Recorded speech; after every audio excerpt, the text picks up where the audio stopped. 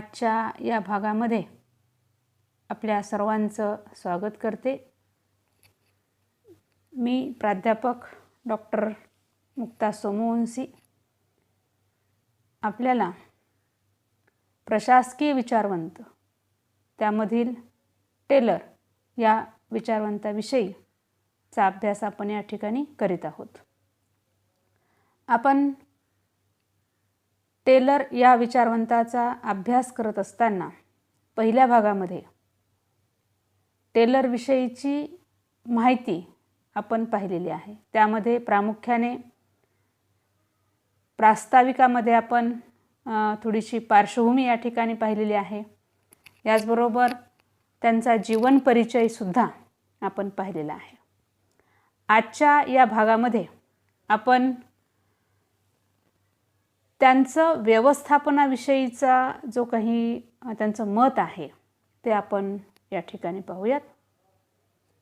तर टेलर या विचारवंतांनी व्यवस्थापन म्हणजे काय हे सांगत असताना असं मत व्यक्त केलेलं आहे की ते असं म्हणतात की कामगारांकडून कोणतं काम करून घ्यावं आणि नंतर ते कार्य उत्कृष्टपणे आणि कमीत कमी खर्चामध्ये कसं करावं हे जाणून घेण्याची कला म्हणजे व्यवस्थापन। म्हणजेच या ठिकाणी टेलर यांना काय म्हणायचं आहे की व्यवस्थापन करणं म्हणजे नेमकं त्याच्यामध्ये काय केलं पाहिजे, तर त्या ठिकाणी जो व्यवस्थापक आहे त्यांच्या ही गोष्ट लक्षात आली पाहिजे की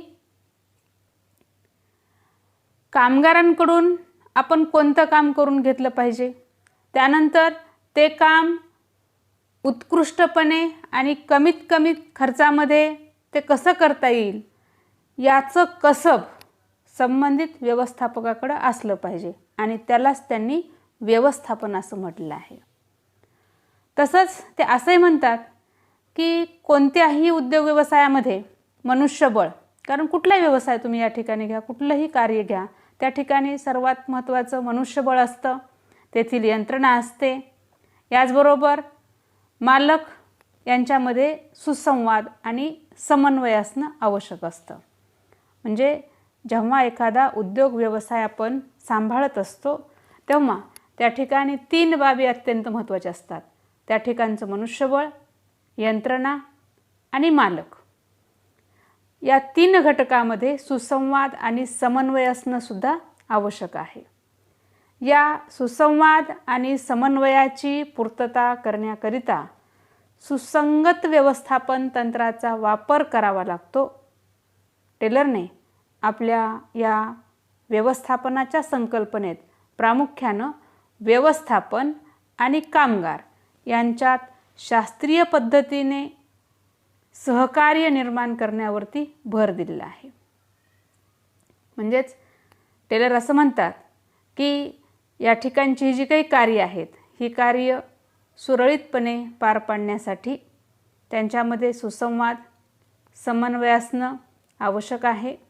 त्याचबरोबर त्यांनी आपल्या या संकल्पनेमध्ये व्यवस्थापन आणि कामगार यांच्यामध्ये शास्त्रीय पद्धतीनं सहकार्य निर्माण करण्यावरती सुद्धा अधिकाधिक भर दिलेला आहे। आणि त्यांच्या या शास्त्रीय पद्धतीचा वापर कामगारांची निवड करणे, म्हणजे कामगारांची निवड करत असताना त्यांची निवड ही शास्त्रीय पद्धतीने केली पाहिजे असं मत टेलर या विचारवंतांनी मांडलेलं आहे। तसंच कार्याचं स्वरूपसुद्धा शास्त्रीय पद्धतीने ठरवायचं आहे। व्यवस्थापन आणि कामगार यांच्यामध्ये परस्परांविषयी आदर भावना निर्माण करणं असेल आणि यामधून औद्योगिक कार्यक्षमता निर्माण करणं इत्यादीसाठी ते असं म्हणतात की शास्त्रीय व्यवस्थापन पद्धतीचा वापर केला जावा। कामगाराने या शास्त्रीय पद्धतीचा वापर करून नियोजित उद्दिष्ट साध्य केल्यास त्याला पारितोषिक द्यावं, परंतु जर तो अपयशी ठरला तर त्यासाठी मग शिक्षेची तरतूदसुद्धा असावी, असंही मत टेलर या ठिकाणी व्यक्त करतात। अर्थात टेलर हा विचारवंत एकंदरीत संपूर्णतः कारखान्याचं उत्पादन वाढवण्यासाठी, कारण त्या काळामध्ये जी व्यवस्थापनाला आलेली जी काही मरगळ होती, व्यवस्थापनामध्ये ज्या पारंपरिक पद्धतीचा वापर केला जात होता, त्यामध्ये आपल्याला असं दिसून येतं की जे कामगार आणि कारखानदार होते यांच्यामध्ये कुठल्याही प्रकारचा समन्वय नव्हता. त्यामुळं कारखान्याच्या उत्पादनावरती त्याचा प्रभाव दिसून येत होता. म्हणजेच टेलरला असं त्या ठिकाणी दिसून आलं की जेवढं उत्पादन, म्हणजे जेवढा त्या ठिकाणी असणारा कामगार वर्ग असेल, जी काही त्यावरती होणारा खर्च असेल, तिथं असलेला जो काही कच्चा माल असेल, तर ह्या सर्व गोष्टीमधून जे त्यांना या ठिकाणी बेनिफिट मिळायला पाहिजे किंवा जेवढ्या प्रमाणामध्ये त्या ठिकाणी प्रॉडक्ट व्हायला पाहिजे, तर तेवढं त्या ठिकाणी निश्चितपणे उत्पादन होताना त्यांना दिसून येत नव्हतं. आणि म्हणून ह्या सर्व गोष्टींवरती उपाय शोधण्यासाठी त्यांनी या शास्त्रीय व्यवस्थापनाचा विचार मांडण्याचा प्रयत्न केला आहे. याचबरोबर हा विचार मांडत असताना त्यांनी इथं कुठल्याही भाकड कथांचा आधार घेतला नाही किंवा कोणीही सांगितलं म्हणून ती गोष्ट अंमलात आणलेली नाही, तर स्वतः प्रयोग करून स्वतःच त्या ठिकाणी त्या सर्व गोष्टींचा म्हणजे अभ्यास करून नंतर त्याची उपयुक्तता पाहून त्याचा व्यवस्थित त्याचं संशोधन करून नंतर ती गोष्ट त्यांनी कारखान्यामध्ये लागू करण्याचा विचार केला आपल्याला दिसून येतो. तर अशा या विचारवंतांनी आपल्या म्हणजे कार्यामध्ये, एकंदरीत आपल्या व्यवस्थापनामध्ये शास्त्रीय व्यवस्थापन जे आहे ते त्या संबंधित काळामधील किंवा तत्कालीन परिस्थितीमध्ये जी काही परिस्थिती उद्भवलेली होती किंवा जी काही व्यवस्था निर्माण झाली होती, त्या व्यवस्थेवरती एक चांगला उपाय शोधण्याचा प्रयत्न आपल्याला त्यांनी केलेला दिसून येतो. तर यामध्ये या टेलरनी जे मत मांडलेलं आहे की जो कामगार चांगलं काम करेल, म्हणजे त्याला जे काही नियोजित काम सांगितलेलं आहे, त्याने आपलं उद्दिष्ट साध्य केलं, तर त्याला काय केलं पाहिजे, पारितोषिक दिलं पाहिजे. म्हणजेच या ठिकाणी तो पारितोषिकाचा मानकरी त्या ठिकाणी होऊ शकतो. आणि जर समजा एखादा कामगार अपयशी झाला, तर मग त्याला त्या ठिकाणी शिक्षेची तरतूद असावी, त्यासाठी शिक्षा असावी, असंही मत या ठिकाणी टेलर या विचारवंतांनी मांडलेलं आहे. काही विचारवंतांच्या मते टेलरची ही व्यवस्थापनाची संकल्पना म्हणजे मानसिक क्रांती आहे. पहा, म्हणजेच या ठिकाणी टेलरनी संपूर्णतः परिवर्तन घडवून आणण्याचा प्रयत्न व्यवस्थापनामध्ये केलेला आहे. म्हणजेच या ठिकाणी एक गोष्ट आपल्याला प्रामुख्याने दिसून येते की टेलरच्या शास्त्रीय व्यवस्थापनाच्या पूर्वी किंवा आजही, असं नाही की आता ही गोष्ट नाही असं नाही, आपण पाहतो की अनेकदा कारखानदार आणि कामगार यांच्यामध्ये वाद असतो. वाद कशासाठी असतो किंवा संघर्ष कशासाठी असतो, तर हा संघर्ष असतो तो म्हणजे कामगारांना वाटतं की त्यांना योग्य प्रमाणामध्ये पेमेंट मिळावं, त्यांचा योग्य मोबदला मिळावा, आणि कारखानदारांना काय वाटतं की कमी म्हणजे मजुरीमध्ये त्यांनी काय करावं, जास्तीत जास्त या ठिकाणी काम करावं किंवा त्यांच्याकडून जास्तीत जास्त काम करून घ्यावं, हा विचार हा कारखानदारांचा असतो.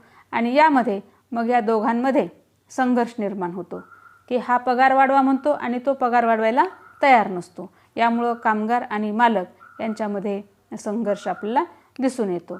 तर हा संघर्ष मोडीत काढण्यासाठी आपल्याला या टेलरने हा उपाय सांगितलेला आहे. ते असं म्हणतात की इथं मालक आणि कामगार यांच्यामध्ये मैत्रीपूर्ण वातावरण त्या ठिकाणी राहिलं पाहिजे किंवा त्यांनी जी काही या ठिकाणी ही सर्व शास्त्रीय व्यवस्थापनाची संकल्पना मांडलेली आहे ती या पद्धतीची आहे, असं आपल्या या ठिकाणी दिसून येतं. तर या टेलरने आपल्या शास्त्रीय व्यवस्थापन सिद्धांतामध्ये व्यवस्थापक आणि कामगार यांच्यामध्ये जबाबदारीचं योग्य प्रमाणामध्ये विभाजन केलेलं आहे. म्हणजेच या ठिकाणी कामाचं वाटप त्यांनी चांगल्या पद्धतीने केलेलं आहे. पहा या ठिकाणी. यानंतर त्यांनी या शास्त्रीय व्यवस्थापनाचं जे काही तत्त्वज्ञान आहे ते सुद्धा अगदी मोजक्या शब्दात सांगितलेलं आहे. ते असं म्हणतात पहा, मनगट किंवा दबावापेक्षा, थोडक्यात त्याचा सार जर सांगायचा झाला, मनगट किंवा दबावापेक्षा विज्ञानाचा वापर, संघर्षाऐवजी शांतता, व्यक्तिवादाऐवजी सहयोग, मर्यादित उत्पादनाऐवजी अधिक उत्पादन आणि प्रत्येक व्यक्तीचा त्यांच्या अधिकाधिक कार्यक्षमता आणि समृद्धीपर्यंत विकास, या पद्धतीने त्यांनी या व्यवस्थापनाचा अर्थ सांगितलेला आहे. याचा जर अर्थ आपण खोलात जाऊन समजून घ्यायचा म्हटलं तर आपल्याला असं दिसून येतं की पहिलं जे त्यांनी मत मांडलं आहे, मनगट किंवा दबावापेक्षा विज्ञानाचा वापर, म्हणजेच या ठिकाणी आपण पाहतो की जो मालक वर्ग आहे, ज्याच्याकडं सामर्थ्य आहे, तो व्यक्ती काय करतो, दबाव तंत्राचा वापर करतो. म्हणजेच कामगारांना म्हणजे कंपनीमधून काढून टाकणे किंवा मग त्यांच्यावरती जे काही त्यांच्याकडचं जे बळ आहे, जसं की मग हल्ला करणे, लाठीचार्ज करणे, जसं आता ह्या गोष्टी आपल्याला प्रशासनामध्ये खूप मोठ्या प्रमाणामध्ये दिसून येतात की जेव्हा आपल्याला कामगार किंवा सरकार आणि नोकरदार, सरकारी नोकर यांच्यामध्ये जेव्हा एखाद्या वेळी संघर्ष निर्माण होतो किंवा कर्मचारी वर्ग हा संपावरती जातो, तेव्हा या ठिकाणी त्यांचा संप मोडीत काढण्यासाठी शासनाकडून दबाव तंत्राचा वापर केला जातो. तेव्हा या ठिकाणी वातावरण काय होत असतं, चिघळत असतं. तर टेलर काय म्हणतात की इथं मनगटाचा दबावाचा वापर न करता विज्ञानाचा वापर करायचा, म्हणजे वैज्ञानिक दृष्टिकोनामधून, म्हणजेच शास्त्रीय पद्धतीनं त्या गोष्टी हाताळायच्या आहेत. दुसरं त्यांनी सांगितलं आहे संघर्षाऐवजी शांतता, म्हणजेच इथं संघर्ष नको आहे, म्हणजे मालक आणि कामगार या दोन्ही घटकांनी काय करायचं आहे, संघर्षाऐवजी शांततेला प्राधान्य द्यायचं. म्हणजे जी ही गोष्ट असेल ती गोष्ट सोडवण्यासाठी आपल्याला एकमेकांनी विचार करून एकमेकांच्या सहमतीनं संघर्षाशिवाय त्या ठिकाणी सोडवायची आणि संघटनेमध्ये शांतता निर्माण करायची किंवा व्यवस्थापन हे शांततेनं करता आलं पाहिजे. व्यक्तिवादाऐवजी सहयोग हा एक फार महत्त्वाचा मुद्दा आहे की आपण काय म्हणतो की प्रत्येक व्यक्तीमध्ये एक अहंभाव असतो किंवा मीपणा असतो. प्रत्येकजण म्हणतो मी मी मी. अशा वेळी काय होतं, मग या ठिकाणी संघर्ष निर्माण होतो किंवा व्यक्तीमध्ये मतभेद निर्माण होतात. तर टेलर असं म्हणतात की कंपनीमध्ये कुठल्याही व्यक्तीला महत्त्व असू नये, तर त्या ठिकाणी काय असावं, सर्वांचंच त्या ठिकाणी योगदान असं. एका व्यक्तीचं योगदान कंपनीमध्ये कधी असत नाही, तर सर्वांचंच योगदान असतं. त्यामुळं कुठल्याही व्यक्तीला अधिक प्राधान्य त्या ठिकाणी न देता सर्वांनाच त्या कंपनीचा घटक समजावं, असं मत या ठिकाणी टेलरनी आपल्या शास्त्रीय व्यवस्थापनाच्या सिद्धांतामध्ये मांडलेलं आहे. पुढचं म्हणतात मर्यादित उत्पादनाऐवजी अधिक उत्पादन. मी आत्ताच तुम्हाला या ठिकाणी म्हटलं की पूर्वीच्या काळी जेव्हा टेलरनी आपला शास्त्रीय व्यवस्थापनाचा सिद्धांत मांडलेला नव्हता किंवा जेव्हा ते व्यवस्थापनामध्ये कंपनीमध्ये या ठिकाणी काम करत होते, तेव्हा त्यांच्या ही गोष्ट निदर्शनास आली होती की तिथं उत्पादन वाढीसाठी कुठलाही प्रयत्न केला जात नव्हता. म्हणजेच जेवढं होईल तेवढ्या प्रमाणामध्ये त्या ठिकाणी काम केलं जायचं. तर टेलर यांना ही गोष्ट अजिबात रुचलेली नव्हती आणि म्हणून त्यांनी काय केलं, तर मर्यादित उत्पादनाऐवजी अधिक उत्पादन आणि प्रत्येक व्यक्तीचा त्याच्या म्हणजे जे काही त्यांचं ठराविक उत्पन्न आहे त्याच्यापेक्षा म्हणजे प्रत्येक व्यक्तीचं दैनंदिन कार्य हे वाढलं पाहिजे. असं नाही की जास्तीत जास्त उत्पादन त्या ठिकाणी आपल्याला मिळालं पाहिजे. असं नाही की आज आपण ज्या काही वस्तू बनवल्यात म्हणजे जी आपली प्रॉपर जी कार्यक्षमता आहे आपल्याकडं, ती कार्यक्षमता पूर्णतः आपण वापरायला हवी, असं मत या ठिकाणी टेलरचं होतं. पुढे ते म्हणतात प्रत्येक व्यक्तीचा त्यांच्या अधिकाधिक कार्यक्षमता आणि समृद्धीपर्यंत विकास. याच्यामध्ये फार गहनता आहे. ते असं म्हणतात की जर ह्या वरच्या ज्या काही गोष्टी त्यांनी सांगितलेल्या आहेत त्यानुसार यामुळं काय होईल, प्रत्येक व्यक्तीचा म्हणजे कंपनीमध्ये त्या कारखान्यामध्ये काम करणाऱ्या प्रत्येक व्यक्तीचा आणि त्यांच्या अधिकाधिक कार्यक्षमता आणि समृद्धीपर्यंत विकास. म्हणजे त्यांच्यामध्ये असलेली जी काही कार्यक्षमता आहे ती कार्यक्षमता आपल्याला वाढवायची आहे.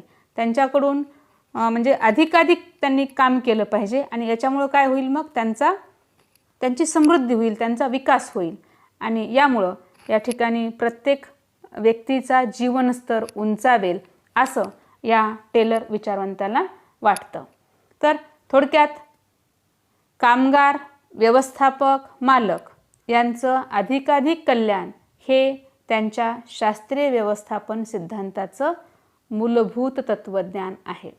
म्हणजेच या ठिकाणी दोघांचाही, कामगारांचा विकास झाला पाहिजे, व्यवस्थापकाचा विकास झाला पाहिजे आणि मालक या तिन्ही घटकांचा विकास झाला पाहिजे.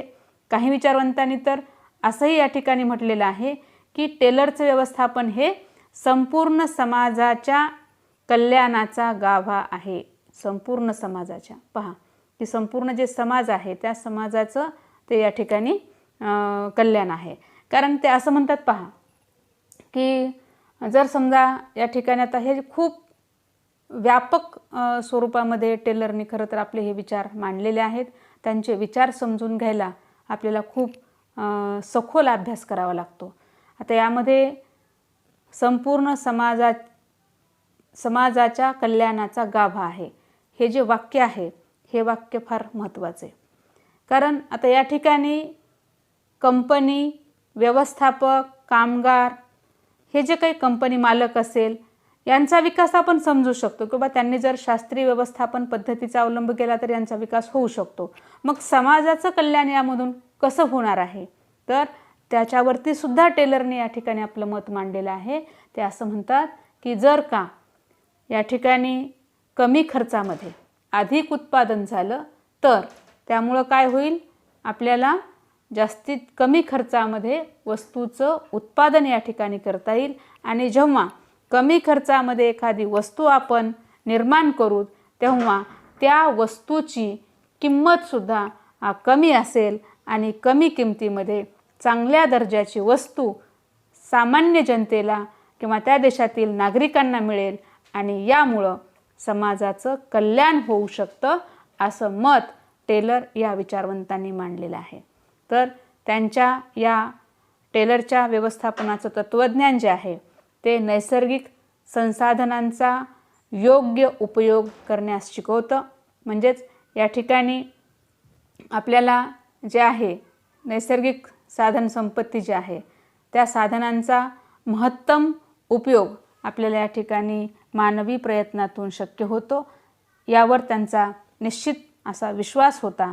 तसंच अधिकतम प्रयत्नांमधून अल्पावधीत महत्तम उत्पन्न मिळवलं जाऊ शकतं असं त्यांचं ठाम मत होतं. पहा या ठिकाणी हे शब्द थोडे मी जशास तसे या ठिकाणी तुम्हाला सांगितलेले आहेत त्यांच्या विचारामध्ये त्यांनी मांडलेले. अल्पावधीत महत्तम उत्पन्न मिळवलं जाऊ शकतं. म्हणजेच या ठिकाणी अधिकतम प्रयत्नामधून निश्चितपणे व्यक्तीला जास्तीत जास्त प्रयत्न करावे लागतील आणि कमी काळामध्ये प्रयत्न चांगले केल्यामुळे आपल्याला जास्तीचं उत्पादन त्या ठिकाणी मिळू शकतं असं मत या ठिकाणी या टेलर विचारवंतांनी मांडलेलं आहे. तसंच टेलर या विचारवंतांनी औद्योगिक क्षेत्रातील उत्पादन वृद्धी करण्यासाठी व्यवस्थापन शास्त्राची सुरुवात उत्कृष्ट धोरण ठरविण्यापासून ते कामगारांची निवड, कार्यविभाजन, उपयुक्त वातावरण निर्मिती ते शास्त्रीय पद्धतीच्या अवलंबापर्यंत असतं. तसंच त्यांच्या मते पदनिहाय वेतनाऐवजी व्यक्तिनिहाय वेतन असावं. पहा की त्यांनी काय म्हटलं आहे की शास्त्रीय व्यवस्थापनाची सुरुवात ही कुठं होते, तर उत्कृष्ट धोरण. आपण मागील वर्षी कर्मचारी प्रशासन या अंतर्गत आपण पाहिलं की कशा पद्धतीनं या ठिकाणी कर्मचारी वर्गाला आपण आनंदामध्ये ठेवू शकतो किंवा कर्मचारी वर्गाचा आपण जास्तीत जास्त त्या ठिकाणी फायदा कसा घेऊ शकतो हे सुद्धा आपण मागील याच्यामध्ये पाहिलेलं होतं वर्षामध्ये कर्मचारी प्रशासनाअंतर्गत.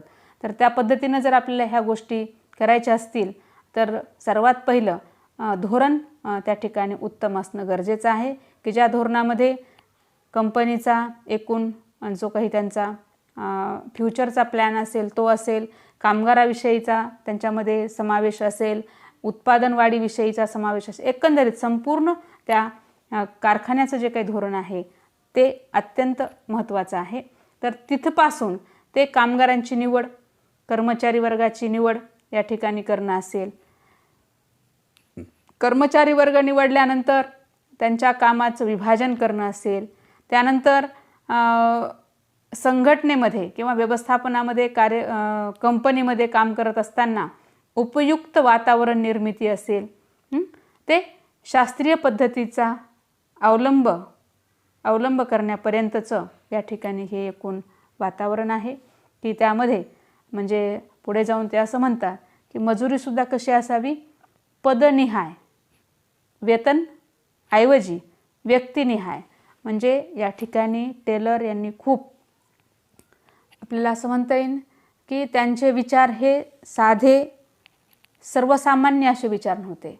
तर त्यांनी काय केलं आहे की वेतन देत असताना जो कामगार जेवढ्या प्रमाणामध्ये त्या ठिकाणी काम करेल तेवढ्या प्रमाणामध्ये त्याला वेतन मिळावं.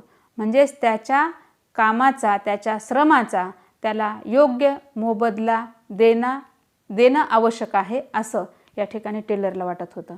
आणि हे जर या ठिकाणी केलं तर ते असं म्हणतात की त्या व्यक्तीच्या कार्यक्षमतेचा विकास होऊ शकतो. त्यांना असं या ठिकाणी तिथं अभ्यास करत असताना लक्षात आलं होतं की जे म्हणजे कामगार आहेत हे कामगार काय करतात, आपल्याकडे म्हणतात पहा, अंग राखून काम करणे किंवा कामचुकारपणा करणे. म्हणजे त्यांच्याकडं क्षमता काम करण्याची आहे परंतु ती आपली तेवढी एनर्जी तिथं काम करण्यासाठी वापरत नाहीत. तर काय करतात, तर जिथं त्यांचं समजा एका दिवसाच्या त्या 100 वस्तू तयार करू शकतात परंतु ते करणार किती, अवघ्या 50 वस्तू तयार करणार. यामुळं म्हणजे त्यांच्याकडून त्या दिवसाचं 50 वस्तूचं जे काही उत्पादन अधिकचं होणार होतं ते होत नाही आणि यामुळं कधीच कंपनीच्या किंवा त्या कारखान्याच्या उत्पादनामध्ये वाढ झालेली आपल्याला दिसून येत नव्हती असं टेलर या ठिकाणी म्हणतात. आणि त्यामुळं त्यांनी त्याच्यावरती हा आपल्या शास्त्रीय व्यवस्थापन सिद्धांतामध्ये मांडलेला महत्त्वाचा मुद्दा आहे किंवा महत्त्वाचं तत्त्व आहे. ते असं म्हणतात की म्हणजे वेतन देत असताना ते पदनिहाय न देता ते कसं दिलं पाहिजे, तर त्या व्यक्तिनिहाय, म्हणजे जो व्यक्ती ज्या प्रमाणात काम करेल त्या प्रमाणामध्ये त्याला ते वेतन देण्यात यावं. म्हणजेच त्याला मजुरीचा दर निश्चित करत असताना एक त्यांनी म्हणजे कामानुसार, त्याच्या कार्यानुसार, उत्पादनानुसार त्यानं त्या दिवसाचं जेवढं काही काम केलं आहे त्याच्यानुसार त्याची मजुरी ही त्याला मिळावी असं मत या ठिकाणी टेलर या विचारवंतांनी मांडलेलं आहे. दुसरं आपल्याला या ठिकाणी असं दिसून येतं की टेलर या विचारवंताने आपल्या शास्त्रीय व्यवस्थापनाची जी संकल्पना आहे ती संकल्पना मांडत असताना त्यांनी आपल्या शॉप मॅनेजमेंट या पुस्तकामध्ये कमी खर्चात उच्च वेतन हे व्यवस्थापनाचं प्रथम उद्दिष्टसुद्धा सांगितलेलं आहे. म्हणजे कमी खर्चात अधिक वेतन. पहा, म्हणजे एकंदरीत त्याचा आपण वरवरती जर टेलर यांचे तत्त्व जर आपण अभ्यासले शास्त्रीय व्यवस्थापनाचे तर आपल्या सहज ह्या गोष्टी लक्षात येत नाहीत. आपल्याला असा प्रश्न पडतो की एकीकडं ते काय म्हणतात की वेतन जास्त मिळावं आणि खर्च मात्र कमी आहे. तर हे कसं शक्य आहे, तर हे सुद्धा त्यांनी या ठिकाणी पटवून दिलेलं आहे की जर कामगारांनी जास्तीचं काम केलं तर या ठिकाणी त्यांना जास्त मजुरी मिळेल आणि त्यांनी जास्त मन लावून दर्जेदार जर त्या ठिकाणी काम केलं तर काय होईल, कंपनीचा फायदा होईल, है की नाही. आणि त्यामुळं कंपनीच्या उत्पादनामध्ये सुद्धा वाढ होईल. म्हणजे या ठिकाणी दुसरी एक महत्त्वाची गोष्ट त्यांच्या ह्याच्यामधून आपल्याला दिसून येते की जर समजा जो काही कच्चा माल आहे किंवा रॉ मटेरियल आहे ते कंपनीमध्ये जर जास्त काळ धुळखात पडलं किंवा ते पडून राहिलं तर त्याच्यामधलं बरंचसं जे काही म्हणजे कच्चा माल आहे तो वेस्ट जातो, है की नाही. आणि त्यामुळं या ठिकाणी त्यामधून आपल्याला असं दिसून येतं की त्याचे परिणाम उत्पादन घटण्यावरती होतात. म्हणजे जेवढ्या काही आपण जेवढा समजा काही क्विंटल आपला कापूस आहे तेवढ्या कापसामध्ये आपल्याला किती मीटर कपडा मिळायला पाहिजे हे ठरलेलं आहे की जेवढ्या प्रमाणामध्ये या ठिकाणी तो खरेदी केलेला कापूस असेल तर त्यापासून आपल्याला जर समजा तेवढ्याच प्रमाणामध्ये जर कपडा मिळाला तर त्यापासून मिळणारे फायदे हे चांगले असतील, परंतु जर कामगारांनी त्या ठिकाणी व्यवस्थितपणे काम केलं नाही, दीर्घकाळ त्या कामासाठी लावला, तर काय होईल? निश्चितपणे आपल्याला असं सांगता येतं की त्याच्यामधला बहुतांश जो कच्चा माल आहे तो वाया जाईल. समजा त्याच्यामधला काही कापूस भिजला किंवा काहीतरी घडून त्या ठिकाणी म्हणजे तो कापूस एखाद दिवशी जळाला, तर त्यामुळं या ठिकाणी तो म्हणजे खर्च त्या ठिकाणी वाढणार आहे. तर त्यामुळं आपल्याला असं या ठिकाणी म्हणता येतं की जर समजा आपल्याला या ठिकाणी उच्चतम वेतन आणि कमी खर्च हे जर या ठिकाणी आपल्याला उद्दिष्ट ठेवलं, तर कामगार वर्गाकडून चांगल्या पद्धतीनं त्या ठिकाणी आपण कामं करून घेतली, तर हे तत्त्व आपण कारखान्याच्या कल्याणासाठी, कारखान्याच्या प्रगतीसाठी निश्चितपणे वापरू शकतो. आणि या उद्दिष्टांच्या पूर्तीसाठी त्यांनी 4 तत्वांचा उल्लेखसुद्धा आपल्याला या ठिकाणी केलेला पाहावयास मिळतो. तर त्यामध्ये पहिला जो त्यांनी जो म्हणजे तत्त्व सांगितलेलं आहे ते आहे दैनंदिन कार्याचे स्वरूप ठरवून देणे. दैनंदिन कार्याचे स्वरूप ठरवून देणे म्हणजे संघटनेतील प्रत्येक कर्मचारी, तो उच्च पदावर असो किंवा तो कनिष्ठ पदावर असो, त्याला दररोजच्या कार्याची कल्पना त्या ठिकाणी दिली पाहिजे. त्याच्याकडं निश्चित कार्य सोपविल्यास नियोजित उद्दिष्ट साध्य करणं सोपं जातं. म्हणजे प्रत्येक कामगाराला, मग तो अधिकारी असेल, त्या ठिकाणचा सामान्य कामगार असेल, त्याला दररोज जी काही कामं करायची आहेत त्या कामाची त्याला सकाळी आल्याबरोबर त्याला कल्पना दिली पाहिजे की तुझं आजचं हे या ठिकाणी एवढं काम आहे, आणि त्यामुळं तो त्या ठिकाणी ठरवून दिलेलं काम त्या दिवसामध्ये तो पूर्ण करेल.